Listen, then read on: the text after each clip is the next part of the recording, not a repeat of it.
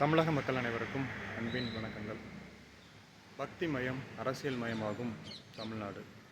பக்தி, அரசியல் இது ரெண்டுமே தமிழக மக்களுக்கு சேவை செய்யக்கூடியவை. ஆனால் இந்த ரெண்டும் சேர்ந்து தமிழக மக்களை, அதாவது நம்மை மிகவும் ஒரு பின்தங்கிய நிலைமைக்கு இழுத்துட்டு போகுதோ அப்படின்ற ஒரு சந்தேகம் எனக்குள்ள வராது. பிரிவினையை உண்டு பண்ணுகிறது அதிகமாக.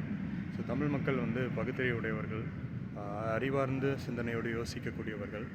அப்படி இருக்கும்போது இந்த பிரிவினை எல்லாவற்றையும் நம்ம ஒதுக்கி வைத்துவிட்டு நம்மளுடைய தேடல்கள் ஒற்றுமையை நோக்கி செல்லணும். ஸோ நம்ம அனைவரும் ஒற்றுமையாக்குவது சத்தியம் மாத்திரமே. ஸோ அந்த சத்தியத்தின் நிமித்தமாய் நாம் அனைவரும் ஒன்றுபட்டு செயல்பட வேண்டிய கட்டாயத்தில் இருக்கிறோம். இல்லைனா பிரித்து ஆள்பவர்கள் நம்மை ஆண்டு கொண்டே இருப்பார்கள். பிரித்து வைத்து நம்மை வேடிக்கைக்குள்ளாக்கி ஒரு வேடிக்கை மனிதனை போல் நம்மை வீழ்ந்து விட செய்கின்ற அரசியல் தலைவர்களும் மத போதனைகளும் மத போதகர்களும் எழும்பிக் கொண்டே தான் இருப்பார்கள். ஜாக்கிரதையாக செயல்பட வேண்டிய காலம் இது. சிந்தித்து செயல்படுவோம்.